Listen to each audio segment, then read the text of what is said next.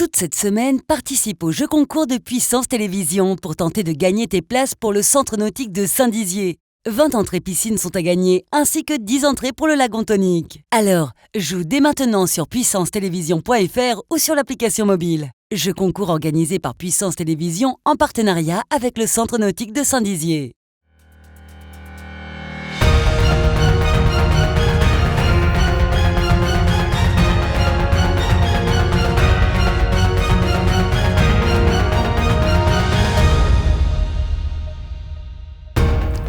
Bonsoir à tous, nous sommes le 24 septembre 2020, bienvenue dans votre journal, voici les titres de ce jeudi. Un taux important de cyanobactéries relevé sur certaines plages du lac du Der. Les baignades sont donc désormais interdites à cause d'un risque pour la santé. Nous ferons le point dès le début de ce journal. L'ancienne prison de Vitry-le-François, bientôt réhabilitée et reconvertie en un lieu de vie associative et culturelle, c'est le projet que porte la ville. Caroline Cailleux, présidente de l'Agence nationale de la cohésion des territoires, était d'ailleurs en déplacement à Vitry-le-François pour visiter cette ancienne prison.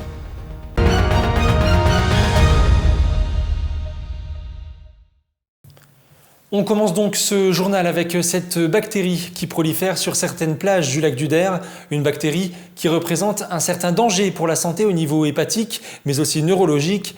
Un arrêté municipal a par ailleurs été pris par les maires des communes d'Éclaron-Braucourt-Sainte-Livière et de Giffaumont-Champaubert, Jean-Yves Marin et Jean-Pierre Calabrese, afin d'interdire la consommation des poissons pêchés. On écoute d'ailleurs à ce sujet Jean-Pierre Calabrese, je vous le rappelle, c'est le maire de Giffaumont-Champaubert. On prend un arrêté commun interdisant la consommation du poisson. Il n'est pas interdit de pêcher, mais il ne faut pas consommer de poisson pour l'instant. On attend plus de renseignements, mais ça va être un problème récurrent de toute façon. Donc ça se concentre dans les chaînes alimentaires petit à petit, et notamment les carnassiers, les brochets, perches doivent avoir dans leur chair des toxines. Et je ne sais pas si on va pas être obligé de faire des analyses de la chair de poisson pour savoir, avec le PTB notamment, s'il y a des dangers et que ces toxines, est-ce qu'elles vont rester définitivement dans la chair des poissons ou est-ce qu'à la longue, quand il y en a moins, elles disparaissent. Ça, je n'ai pas la réponse. Mais en attendant, j'ai la confirmation que ça se concentre dans la chair des poissons et dans la chaîne alimentaire, tant qu'il y en a. Et donc il y en a en ce moment, donc je préfère ne pas prendre de risques. À noter que malgré l'interdiction de consommer ces poissons, la pêche, elle, reste autorisée. Je vous le disais en titre, l'ancienne prison de Vitry-le-François va bientôt être réhabilitée et convertie en un nouvel espace de vie associatif et culturel et devrait même disposer d'une salle de e-games, un projet porté par la ville mais aussi par l'Agence nationale de la cohésion des territoires qui apporte son soutien matériel mais aussi financier. D'ailleurs, la présidente de l'agence, Caroline Cailleux, a visité cette ancienne prison ce midi. Lisa Lamorlette et Théo Raguin ont suivi cette visite.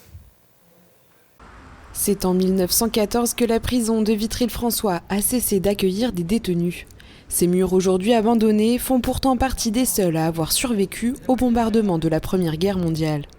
Après presque un siècle de sommeil, ce lieu abîmé par le temps doit se réveiller. En effet, la municipalité a pour projet de dédier ce lieu de près de 1000 m² aux activités culturelles et associatives dont tous les Vitrias pourraient s'emparer. Ce jeudi 24 septembre, le maire de la commune, Jean-Pierre Bouquet, a tenu à inviter Caroline Cailleux, présidente de l'Agence nationale de la cohésion des territoires, afin de sceller un partenariat et mener à bien ce projet. L'agence, c'est pas un machin supplémentaire. L'agence, elle est présidée par une élue.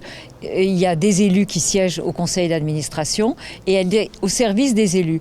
Et ils ne vont pas répondre à des appels à projets de l'État, mais c'est bien des projets locaux que nous allons partir pour leur apporter de l'assistance, de la technicité, des fonds financiers, évidemment, vous l'imaginez bien. L'enveloppe financière de ce projet est de 3,5 millions d'euros. Des travaux avaient déjà été entamés au cours de l'été 2018 au niveau de la toiture et du traitement de l'évacuation des eaux pluviales.